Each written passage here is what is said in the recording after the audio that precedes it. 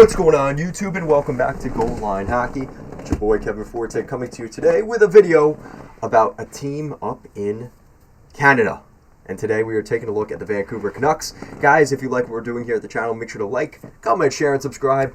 So let's talk about those Canucks. So, things have definitely gone off the rails a little bit in Vancouver. I'm not going to say freak out time, but things are falling off a little bit. Now, let's preface it first with the Canucks are probably making the playoffs, right? Unless something tragically happens to this Canucks team and they don't win another game the rest of the season, they should be in the playoffs. But we're seeing that the Demko injury definitely kind of had a ripple on this team, and we're starting to see some of the flaws come out for this team. Now, the schedule isn't necessarily favorable to the Canucks either, so you can't necessarily blame it all on the Demko situation. And, there are things outside of themselves that are a factor, but the way things have kind of gone for this Canucks team, it's kind of like they win a couple games and then they lose a couple games. And looking at how they've played over the last couple weeks, that's kind of reflective of their schedule. So here we go. We're looking at the Canucks here. At one point, they had a 4-game winning streak, a 5-0 victory over the Jets. Pretty impressive. That's a really good Jets team. I saw them the other day. They beat Vegas 3-1, 2-1, Anaheim. Okay, Anaheim. But you look at some of those games, right? They played some pretty good teams. But then again, you look at the end of February, they had a 4-game losing skid against teams like Minnesota, Seattle. You probably don't want to lose to those teams if you're the Canucks, right? So then obviously you come out, you lose to Colorado, Washington, but then again they play some teams from the East that are kind of more of a cupcake game, and they win those games. 2 very pivotal games for the Canucks in terms of points. That's 4 points against Buffalo and Montreal that they really needed to get. And the next couple games here, they have pretty favorable games here. Calgary is a winnable game. LA should be a winnable game, but that might be tough, right? They've kind of struggled against these guys. They just narrowly beat out, the Kings a couple weeks ago. They lost to the Kings 5-1. And then Dallas is a tough team, but then you got Anaheim. So 3 of the next 5 games, they are winnable games, to say the least, right? 2, if they could win 3 of the next 4, that should be realistic for this Canucks team, right? At the very worst, 2 of the next 4. Then you play the little road trip, right? You got to play the dance, go down to Vegas. That'll be your toughest game.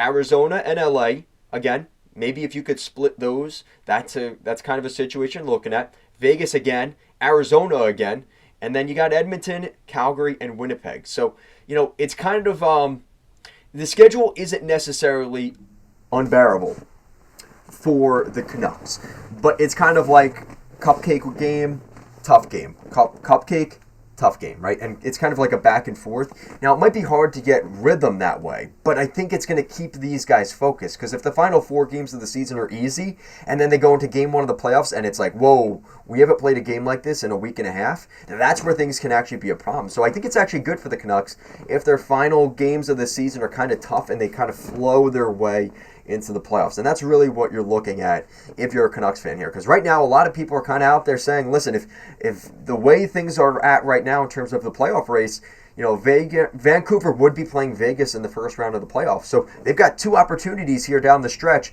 in the regular season to play those Vegas Golden Knights and kind of see how they see where they stand with them, right? And as good a team as Vegas is, I think that's a team that is vulnerable this season. And I think that's a chance for Vancouver to maybe take advantage of that if they do win the division. Now, it's not going to be easy because they are, people don't like to say the defending Cup champs because it's a new year, but they won the Stanley Cup last year. So a lot of people are going to bet on Vancouver as a team if they are playing the way they are right now. Vegas could very well upset the Canucks in the first round with the way that the Canucks are playing right now. So I think the Canucks are okay. I'm not too overly worried, but if there was a number 1 seed right now, if I'm looking at in terms of playoff matchup today, it's kind of hard to not look at Vegas and say that could be a team that knocks off either the top team in the Central or the top team in the Pacific, and Vancouver is kind of primed for that situation. Now, as long as this team is healthy for the playoffs, I'm not all that concerned. And I think what's interesting for the Canucks too is, we always talk about how the Canucks really, their defense has been a little bit shoddy and things haven't been going well. That's kind of been the opposite. Their defense has actually been playing a lot better, and their lack of scoring was a little bit of an issue. Now again, that seems to be turning around as well, as they've picked up a couple goals over their last couple of games. But it is nonetheless something to still consider. Now, looking at their injuries, you've got Thatcher Demko, Dakota Joshua, and Tucker Poolman.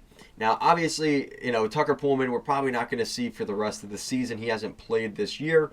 Dakota Joshua, he's been placed on injured reserve. We'll see what happens there. But really, the big one here is Demko. The Canucks announced Demko is expected to miss 2 to 3 weeks, so he'll probably come back maybe the last week of the regular season, just so he gets some starts under his belt before the playoffs. And that's kind of what I would expect there. That he is a huge part of this team. No doubts about that. I think losing Demko has been huge for them. And it's kind of hard to ignore that, right? A lot of teams, if they were missing their starter right now, like I look at Winnipeg, as good as they are right now, if they didn't have Hellebuck in between the pipes, they would be probably hurting a little more. And same thing for every other good team in the NHL right now. If they don't have their starting goalie, you're probably a little bit more screwed, right? The team just plays different.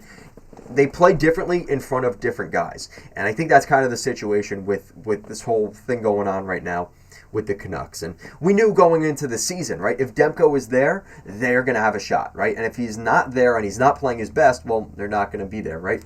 So as long as he can stay healthy, God please, I hope the Canucks go on a run. I would love to see Vancouver go out there, get to the conference finals, and give themselves a shot at winning a cup this year. I think that would be great.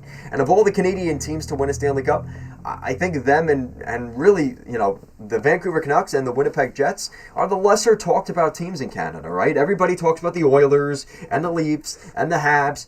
I would love to see a team like Vancouver go out there and be the team that wins the Stanley Cup up north of the border of me. And I think they are in a position to do that with a hot goalie, enough good goal scoring depth. We've really seen the emergence of some of those guys in this lineup that have not been playing so well, really turning around. Connor Garland had a brutal start to the season, but he's really rounding into form. He's playing so much better than he did. His points really aren't there, but he's getting opportunities. He's getting the looks that he really, he's kind of earned the looks that he's getting. And, playing on the top line with Pettersson and Höglander has really helped. There's a lot to look at with this team and say, things are going pretty A-okay for this team despite, again, kind of a shaky situation. The fact that we're looking at guys like Lindholm on the third line with only 2 points, if we're able to see any inkling more from Lindholm, and, Mikheyev playing the way he is very exciting. So they just need to get things figured out before the playoffs. I think the 2 key things I would look at are, can we get a healthy Demko back for the playoffs, and can we see Elias Lindholm just turn it on and get going? Those are the 2 things I'm looking at. If they can get those combination of things down the stretch here, going into the playoffs, the Canucks are going to be a dangerous team in the playoffs. But I want to know what you guys think in the comment section down below. Do you guys think the Canucks are legit or not? Like I said, I'm still kind of on the fence. If they're maybe if they're a team that gets beat by a wild card, I think the Canucks are one of the more likely teams in the first round if that does happen. But again, like I said, really key points to look at if you're looking at the Canucks. Elias Lindholm, can he turn it on? Can he get things going? And Thatcher Demko being healthy. Those are the 2 pivotal factors for the Canucks going into the playoffs that I will be watching for, and hopefully you guys are as well.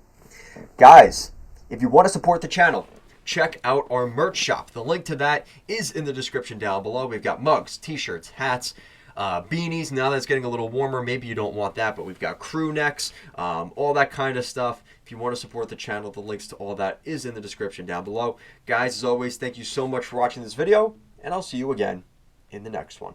Peace out, guys.